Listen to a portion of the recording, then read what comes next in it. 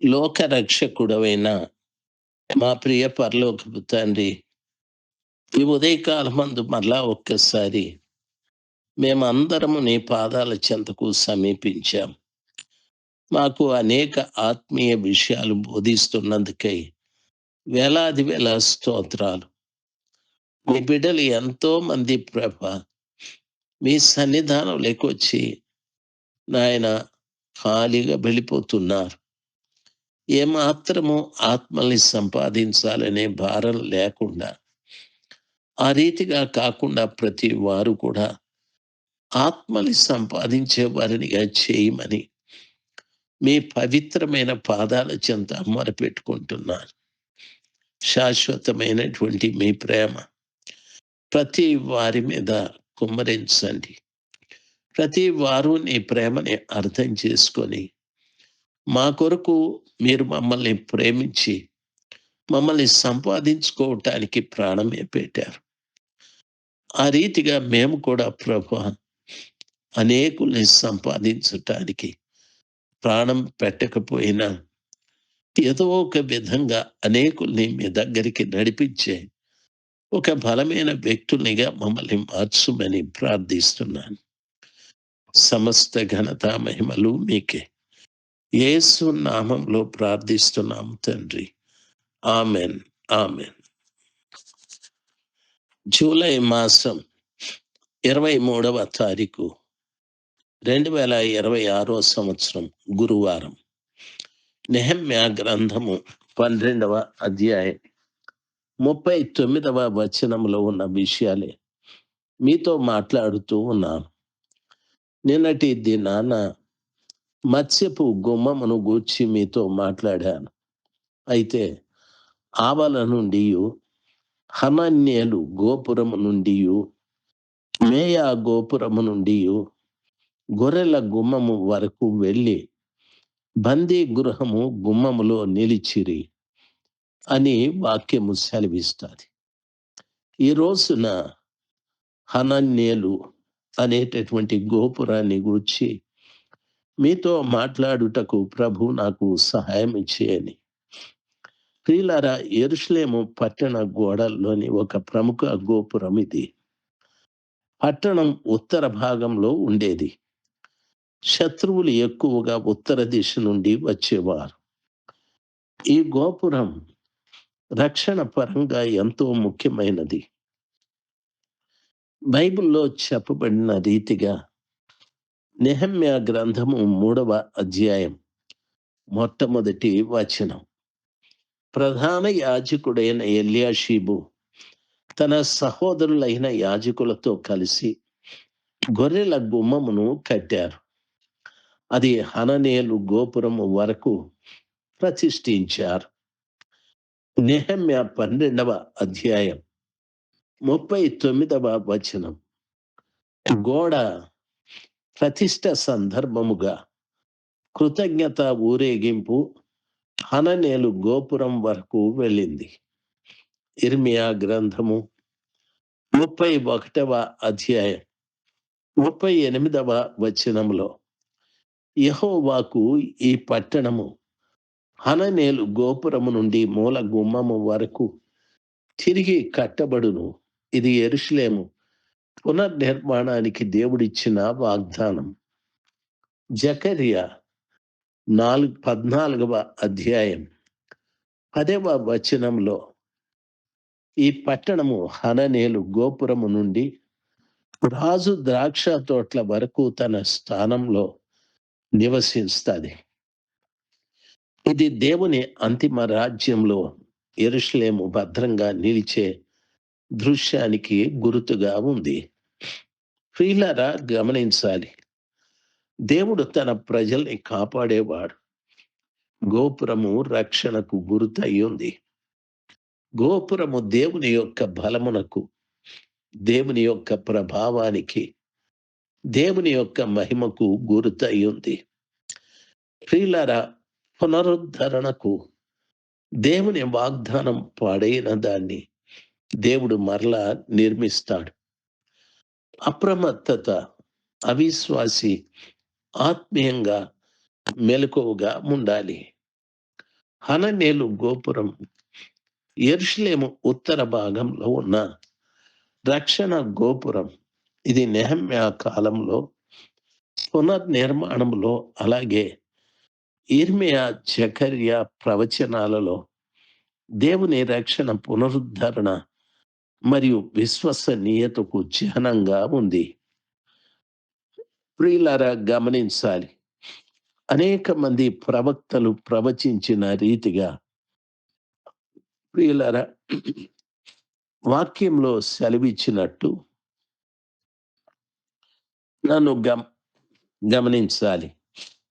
వాక్యంలో చెప్పబడిన రీతిగా ఇది యెరూషలేము పునర్నిర్మాణానికి దేవుడిచ్చిన వాగ్దానమని చెప్పాను. ప్రియులారా, అదే విధంగా వాక్యంలో చెప్పబడిన మాట ప్రధాన యాజకుడైన ఎల్యాషీబు తన సహోదరులైన యాజకులతో కలిసి గొర్రెల గుమ్మమును కట్టిరి. అది హననేలు గోపురం వరకు ప్రతిష్ఠించారు. హననేలు గోపురము యెరూషలేము పట్టణ గోడల్లోని ఒక ప్రముఖ గోపురం. ఇది పట్టణం ఉత్తర భాగాన ఉంటుంది. శత్రువులు ఎక్కువగా ఉత్తర దిశ నుండి వచ్చేవారు కాబట్టి ఈ గోపురము రక్షణ పరంగా ఎంతో ముఖ్యమైనది. ప్రియులారా, గమనించాలి. బైబిల్లో యోబు గ్రంథం 23వ అధ్యాయములో ఉత్తరాన మహారాజు పట్టణము సీయోను పర్వతం మీద ఉన్నది. అది భూమి మీదున్న సకల ప్రజలకు సంతోషాన్ని కలుగజేస్తుందని చెప్పారు. అయితే ఈ యొక్క హననేలు గోపురము ఉత్తర భాగంలో ఉండేది. శత్రువులు ఎక్కువగా ఈ ఉత్తర దిశ నుండి వచ్చేవారు. అనగా దేవుడు ఉత్తరాన ఉన్నాడు.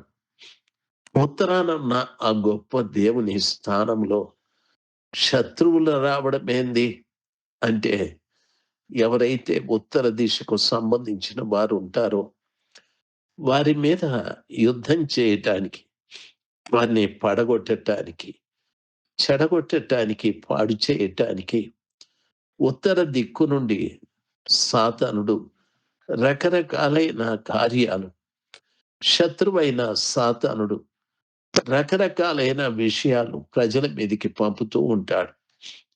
ఈరోజు చూడండి, గొప్ప గొప్ప భక్తులు పడిపోతూ ఉంటారు, చెడిపోతూ ఉంటారు.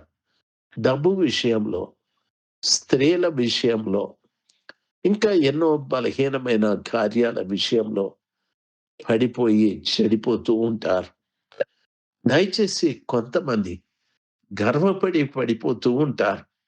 ధనము, స్త్రీ, గర్వము, అవిధేయత, లోబడనితనము, ఇవన్నీ కూడా ఒక వ్యక్తిని సాతానుడు వీటి ద్వారా పడగొడుతూ ఉంటాడు. చాలా మందికి లోబడే గుణం ఉండదు. ఈ లోబడని తనము ఎవరిది అంటే దేవుణ్ణి కాదు కదా. లోబడని తనము అనేది సాతానుడిది కదా. మనము లోబడం. ఎన్నో పర్యాయాలు సేవకులు దుఃఖంతో వాక్యం చెప్తారు, వేదనతో వాక్యం చెప్తారు, మనల్ని ఉద్దేశించే చెప్తారు. అసలు మనం భుజాలు ఎగరేసుకుంటూ వీడి మాటలు ఏంది వినేది, అసలు ఏంది అని ఖాతరు చేయకుండా వెళ్ళిపోతూ ఉంటాం. అవిధేయతతో నిన్ను సాతానుడు పడగొడుతూ ఉన్నాడు. ఉత్తరాన మహారాజు పట్టణం ఉంది. అక్కడ నుండి రక్షణ, అక్కడి నుండినే యేసయ్య, అక్కడి నుండినే పరిశుద్ధాత్మ, అక్కడ నుండినే ధర్మశాస్త్రం, ఇవన్నీ కూడా వచ్చాయి. అయితే ఈ రోజున చాలా మంది జీవితాలలో ఆ ఉత్తర దిశ నుండి రావలసిన వీరు కాక సాతానుడు అనేక రకములైన వాటిని పంపి చాలా మందిని పాడు చేస్తూ ఉన్నాడు. ఇప్పుడు నీవు ఆలోచించాలి. యేసయ్యని కలిగి ఉన్నావా? రక్షణ కలిగి ఉన్నావా? పరిశుద్ధాత్మ కలిగి ఉన్నావా? వాక్యానుసారంగా జీవిస్తున్నావా? ఇవి ఉత్తరాన మహారాజు పట్టణం నుండి వచ్చే కార్యాలు, లేక తిరుగుబాటు చేస్తున్నావా? అవిధేయత కలిగి ఉన్నావా? లోబడని తనముందా? గర్వముందా? ధనముందని ఏదో విర్రవీగుతున్నావా? లేక స్త్రీలతో సంబంధాన్ని కలిగి ఉంటున్నావా? ఏదో నీ జీవితాన్ని దయచేసి పరిశీలన చేసుకోవాలి. ఉత్తరం నుండి ప్రియులారా శత్రువులు వస్తారని వాక్యము సెలవిస్తాది. ఈ రోజున ప్రభువు రావాలి. ఆయన రక్షణ, పరిశుద్ధాత్మ ఇవన్నీ రావాలి. అవి రాకుండా శత్రువుకు సంబంధించిన కార్యాలు నీలో ఉన్నాయంటే ఎంత చెడిపోయావో చూడు, ఎంత పాడైపోయావో చూడు. అన్నిటికంటే ప్రాముఖ్యమైనటువంటి తప్పు లోబడనితనం. లోబడనితనం, తిరుగుబాటుతనం, అవిధేయత. దీన్ని మించిన పాపం మరొకటి లేదు. లోబడని సౌలేమయ్యాడు, లోబడని సంసోనేమయ్యాడు, లోబడని ఆదామేమయ్యాడు. అందరూ లోబడకనే పాడైపోయారు. ఈరోజు నీవు కూడా విషయంలో జాగ్రత్తగా ఉండాలి. దేవుడు నిన్ను ఆ ఉత్తరపు గోడలోని హననేలు గోపురం దగ్గర ఆ కృపగల దేవుడు నిన్ను గమనిస్తూ ఉన్నాడు. ఆలోచించి నీ జీవితాన్ని సరిపెట్టుకోవాలని ప్రభువు నామన మనవి చేస్తూ ఉన్నాను. దేవుడు మిమ్మల్ని దీవించుగాక. ఆమెన్. ఆమెన్.